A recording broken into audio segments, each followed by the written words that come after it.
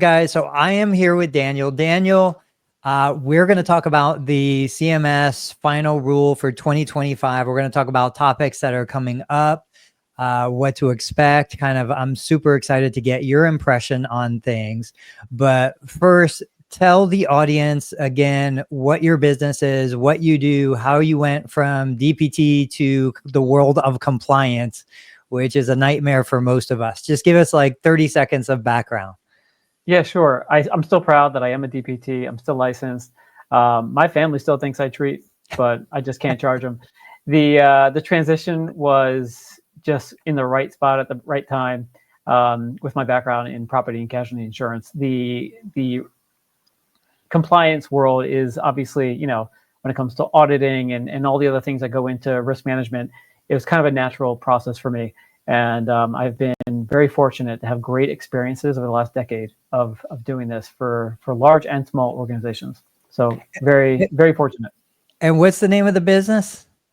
My company is Risk and Compliance Analytics, and that's all we do. We just do compliance for physical therapy practices. Yeah, I mean, I love it. And you guys have the monthly membership.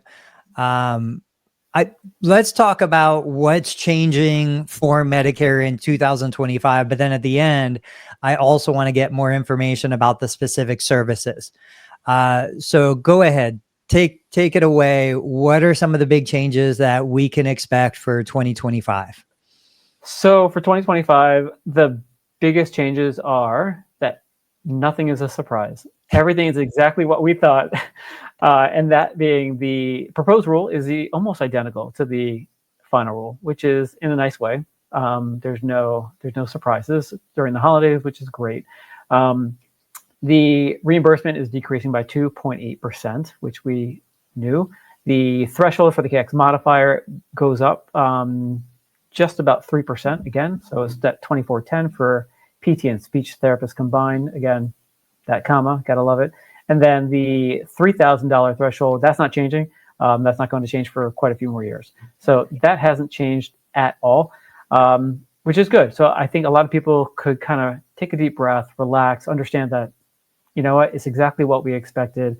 What they do have to realize is that I think from these thresholds, we have seen a dramatic increase in audits for Medicare when it comes to like statistical analysis of the percentage of claims for patients going over that threshold for applying the KX modifier, which again is just simply attesting to the fact that they're still medically necessary. So I think that's one thing that if people really understand and take away from this, if they remember nothing else, is that they really have to know what that number is for them and what that percentage is over their caseload.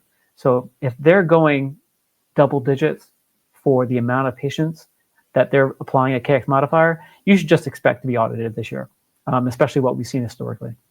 So let's talk about that for a second, because this is always the big topic in my Medicare group on Facebook. It's like, yes, while it is true, there is no cap, there's a financial threshold. And while it is true, as long as services remain to be medically necessary, technically, you would continue to treat the Medicare beneficiary. The reality of this is, I never understood this, even going back into like early 2010 to 2016. I mean, even if it's the first visit of the calendar year for a Medicare beneficiary, the treatment has to be medically necessary. Why suddenly you cross this arbitrary financial threshold and now you put the KX to say it is medically necessary is no different than the first visit where it was medically necessary. But with that being said, now I'm fond of saying, if you are an amazing therapist and you are treating medically complex individuals who have multiple conditions, multiple complexities, these are the people that need your services more than anyone else. I do think you have a big target on your back, because you are going to be utilizing services well in excess of the financial threshold. You're going to be doing things that we believe are medically necessary, that we do believe comply with Medicare coverage guidelines.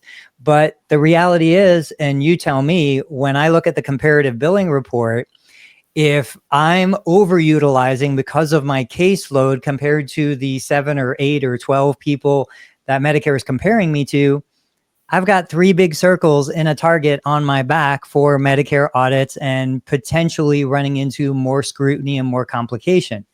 Am I right? Bullseye. It's exactly right. And I think a couple takeaways from what you just said. It's 100% true that it's just numbers. It's just data. They're just trying to control costs. So it doesn't matter if it's, to your point, the first visit of the year or, August or September, late in the year, where all of a sudden the quality still has to be the same. That is a real, I think everyone could agree, every therapist will agree, that's not changing. It has never changed. However, even the actual individuals who lecture us on the standards for Medicare, they still say cap, which is fantastically interesting because it's been gone, right? It's been gone for quite a while, and yet they still can't bring themselves to say threshold and get away from this cap logic. So when you're talking to a target, approach, and educate reviewer or educator, they'll still keep dropping the C word, right? You're like, I thought we're done with that. Also, to your point, I think you have to tell the story. And one of the components that is really, I think, if we could maybe with your help bring this up to a higher level across the industry, is some people are going to be targeted just because of their patient population. And that's not really fair. And what I mean by that is we have 3 severity codes in PT, right? 97161, 62, 63. And there's different time components. And the actual definitions of these codes say that they require more, more complexity. There's more components, and there's a whole breakdown of how do you actually apply these codes, right? The APTA was very clear on how that's supposed to be done, but when it comes to KX auditing, they don't consider that. So your simple, easy, out the door 161 eval that you could do in 20 minutes is still being compared to a very medically complex 163 patient, which, I don't know, let me ask you, does that make any sense based on the definition and the guides and the handbooks and all the other things that are out there? It's just fascinating to me that the profession has not gotten on this to say, hey, by the way, we need to structure this in a way that is leveling the playing field, as opposed to some people, in my opinion, in an unfair advantage, because they'll never be able to treat these types of patients on caseload for more than maybe 4 weeks, 5 weeks at best. And that's the thing. I just shared on LinkedIn last night a quote from a CGS article that basically was talking about therapeutic exercise. And it said, effectively, once you evaluated the patient, once you've educated them on what needs to be done, and you confirm that they know what to do, now it's their time to do it. It's no longer a covered benefit to continue to show them and get them to do it and motivate them and make it enjoyable and all these things. Now, somebody had replied, talking about complexity. And I said, that's absolutely true. But when you look at the guideline, when you look at Medicare's publications, they really don't take into account, is this a person that's unstable, medically complex, multiple comorbidities, or is this my neighbor down the street who tweaked the shoulder and wants to go back to playing pickleball? We have to acknowledge the reality here that, yes, we want to operate at the highest level of our profession, but with that comes inherent risks. And those risks are increased risk of audit. Now, I was selected for a TPE audit, I'm going to say 2022, maybe. I share all the, it went great. I passed all of my, things. I said, in fact, I did too good. I didn't have any deficiencies. So I don't know where the guide is, the threshold to say, okay, this was good enough, this one wasn't good enough. I didn't learn anything from that because I passed all of the review process. I wish I would have had just a little bit of a problem. You know what? Most people are not learning much from those. There's in the word, it says educate, but there's not a lot of education going on, especially when they keep hitting replay. So it's got to be customized. We know this. Education has to be customized. And if they're just giving everyone the same story, to me, that's not really meaningful from an education standpoint. So let's go back to Final Rule. You had said there's the, historic, every year there's the Medicare cut and reimbursement. My question to you is, every year then Congress comes along and gives us back a little bit of what they take away, never as much as they take away, but Do you see that happening again? Are we going to have, you know, a 2+% cut that's going to be turned into maybe a 1+% cut? Any thoughts? I think because of what we just saw across the country with the change in administration, I definitely think there'll be something that people will feel is either good for the profession or good for healthcare in general. Either way, something's changing. So yes, something is definitely going to be happening. Should you lose sleep over it? It's out of your control. It's really something that you should not be thinking about. And if it happens, it happens. And I've heard you say this many times. You got to control what you can. And that's Right. simply in business. You have to say like, well, what are you going to do about it? Not, I need Congress to bail me out. That's really a bad strategy. Yeah, and same thing. I mean, so they cut. It's death by 1,000 cuts, no doubt. But like, even if miraculously they came around, they said we're going to give you a 10% raise. Who cares? That's not going to make a material difference in most smaller private practices. 10% increase in reimbursement. Not saying that's on the table. I'm just saying, even in the craziest dreams, if something like that happened, it really wouldn't make that much of a difference. That kind of increase is just going to disappear in the margins anyway.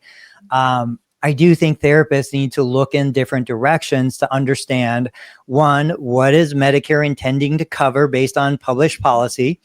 And two, how do we provide the really high value stuff that patients are more than willing to pay for, that Medicare has clearly said we do not cover these services, but the beneficiary is welcome to pay out of pocket? That's where I think we elevate the profession and we build in the profit margins that we need to do what we want to do at the level we want to do it.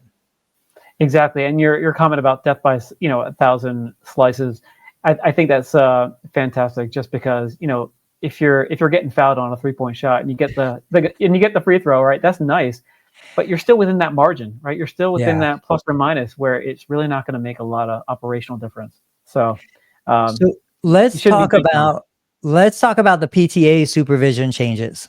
Of course, yes. So I don't know how you feel about this. I think this is operationally gold. I think it's finally a long time coming. However, I'll just go on the record by saying, first, you got to check with your state. You may still have a state issue from a supervision, right? New Jersey is very different than Florida or California, right? There's a lot of different nuances when it comes to how you manage these support personnel, or rather licensed therapists who are assistants.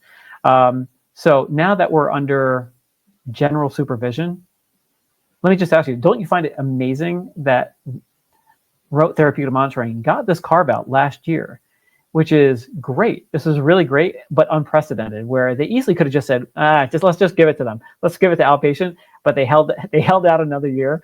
I'm not sure why, but it's nice that finally the playing field has been leveled, mostly because, in my opinion, my degree, your degree, we all have the same degree from the same accrediting body, right? The Commission on Accreditation from PT Education.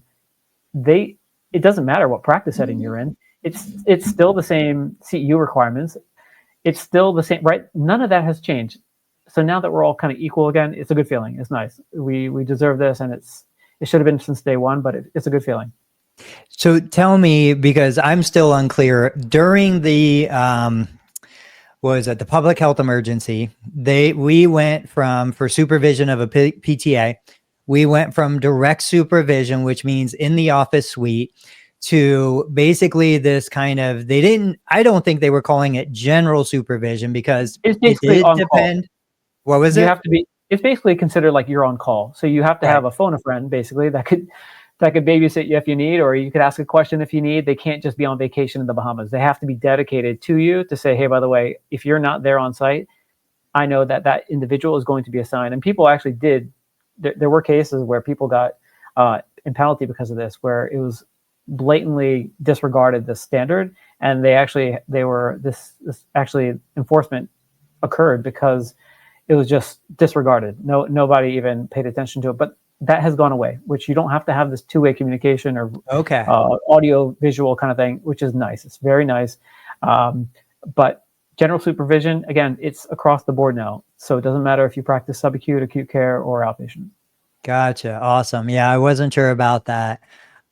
What is your understanding? What is your position on the changes to the plan of care certification for the initial certification? Right. Well, you ended with the perfect. It's only Yeah. for the initial. So it's only for the initial. And my personal thought is that it's a win, but I'm not sure what type of win it is, because operationally, I have not met anyone. I've not met any owner or administrators that have said, this is going to blow your mind.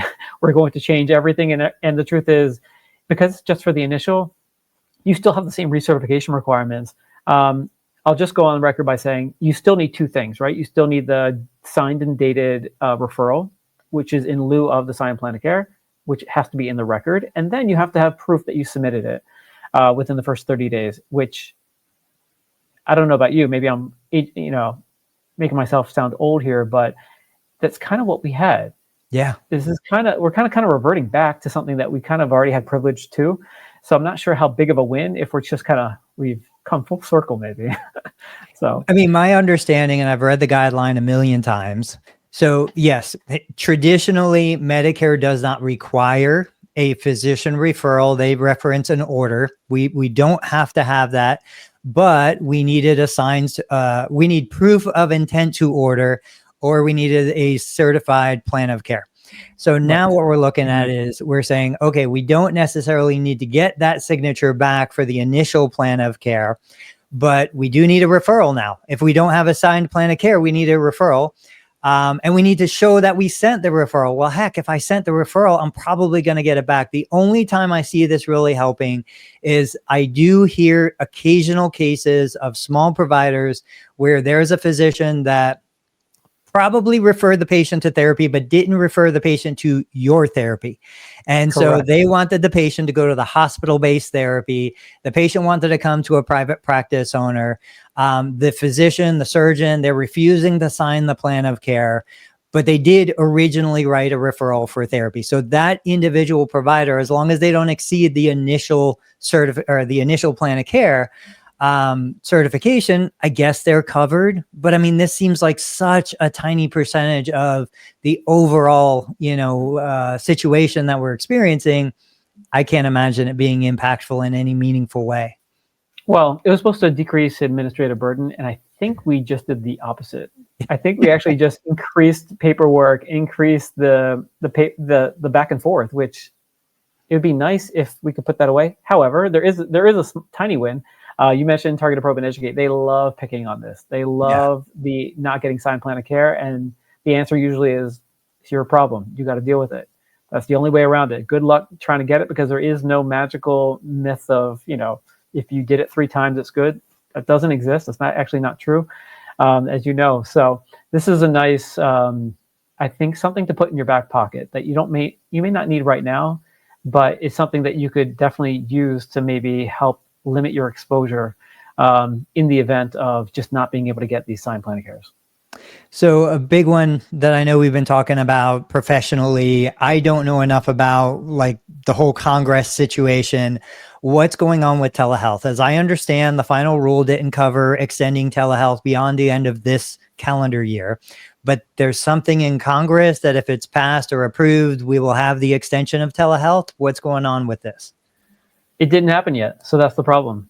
Yeah. So the clock's ticking. If you have a telehealth-based outpatient private practice, I believe your hospital-based still, right? They still fall under this allowance, so they're not affected by this. But if you do have, which I don't know many that actually have a robust telehealth business right now, people kind of did away with it. They introduced, it was like I guess like a parent, right? They said a couple good things, and then they were like, hey, by the way, we're not going to extend this. So they said, we're going to include you in certain codes with telehealth, but we're not actually going to include you in telehealth, which is fascinating. So I'm not sure what that actually means unless Congress takes action and allows it for 2025. But right now, as of January 1st, it's not going to be allowed or be reimbursed. Do we have any dates on when Congress needs to take action by, or is that out there? I don't know, just because a lot has changed in politics in the last 3 weeks. Okay. So that's a great question, but I don't know. Really? I hadn't heard. Something's going on in politics. I've got one more question. Basically, everything has changed. Yeah. I've got one more question, and I know nothing about this topic. What's going on with the caregiver education codes? Do you follow that at all? Was that part Yeah, of? I love them. Okay, They're tell me fantastic about it. codes. So these are great codes. The reason why they're great is because it opens up another playbook. So for therapists who, a lot of population where you're talking to a caregiver, or again, the definition is like an adult family member or individual has like some relationship, which again, you could fudge that in many different ways. I know it's not definitive, so it's not so clear how to do that. But if a family member, a friend, or a neighbor that's an unpaid assistant, would be considered a caregiver. So the idea is that you have these 3 codes, and they're pretty valuable. They're actually great codes, but currently the 3 codes that you can use, it's the 97550, 51, and 52. So these 3 codes, the patient can't be in front of you, which is kind of head scratching, because oftentimes you're treating the patient while you're talking to a caregiver right there about what to do, or you're showing them and you're demonstrating with them. And I think they knew they made a mistake, and that's why they're correcting it in 2026. So they're going to be giving us 3 new codes to use in 2026 that will allow the patient to be on site with you. So they're great. You should definitely do it. It's for ADLs. They're reimbursed. You're still in this nice window of opportunity to make mistakes with these codes, in my opinion, because they're only a year old. So even if you don't know exactly who's a caregiver, you're making a good faith effort to try to apply these codes. It's great. You should definitely add them to your fee list. And do monies applied to these codes count toward the financial threshold? It does, yes. Okay. Do we add the GP modifier when billing these codes? That's a great question. I believe so. I'll have to get back to you on that. I'm not sure. I think so. Not sure about the modifier. Good question. Yeah. Anything else on the final rule that you wanted to touch on or discuss? I think that was really the take-home message from the final rule. It was really excitingly not so exciting. It was one of these, like, because we read the proposal, right? And then we listened to the webinars about them, and we were kind of like, I'm hoping for a miracle, right? I'm hoping something great's going to happen. And really nothing new happened. I think people like that. There's not a lot of surprises right now.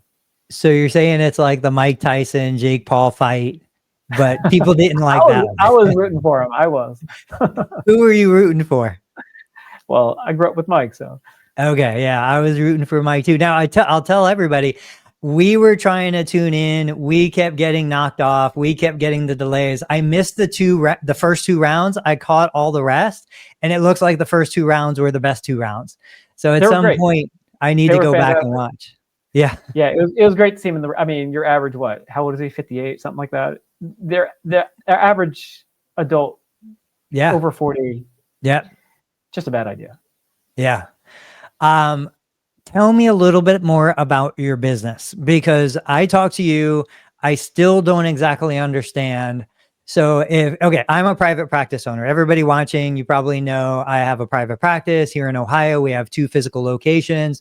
We're down to a skeleton crew. We don't have anywhere near the amount of staff that we used to have, but that doesn't matter to the compliance world. I still have to handle all the compliance burden.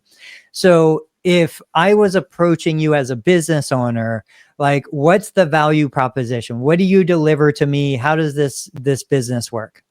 Sure. So we've solved for compliance. So in the past, it's been very expensive and confusing and just prohibitive. Just simply from cost. You just can't afford to have a department do this. So what we've done is, over a decade of experience working with small and even private equity-backed companies, we've been able to create programs.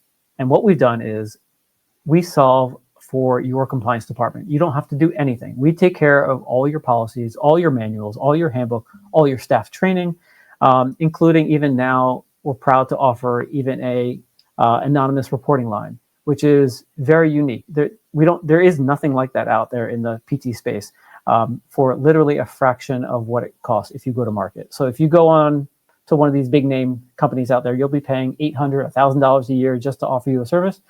We offer it for $10 a month, right? Something that's incredibly affordable. And that's what we're trying to do. We're trying to disrupt this space to say compliance has been solved for. You don't have to figure it out. We offer as a compliance officer to companies. So if there's incident reporting, if there's investigations, if there's grievances, we take care of all of that for you. And it's, I said, incredibly affordable. It's a fraction of the cost of doing it yourself, because you gotta figure it out, right? You got to do the research. And I know you're a big fan of rolling up your sleeve and getting it done, and that's great. And we love that. If you can do it yourself, more power to you, amazing. But if you don't want to give up your weekends, and if you don't want to just, we did the cost analysis, and it's a 4-to-1 ratio. It will cost you 4 times the amount to do it yourself, just based on additional staffing, the time to prepare, the time to draft, to get it confirmed, and to implement. So we take care of all that for small and large companies.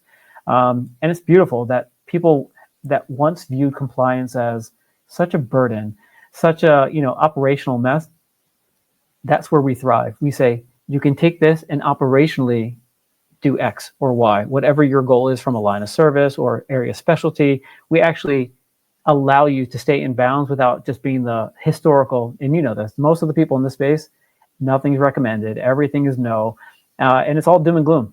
And we don't believe in that. We believe in operationally succeeding with compliance, as opposed to just being this really fearful approach to compliance.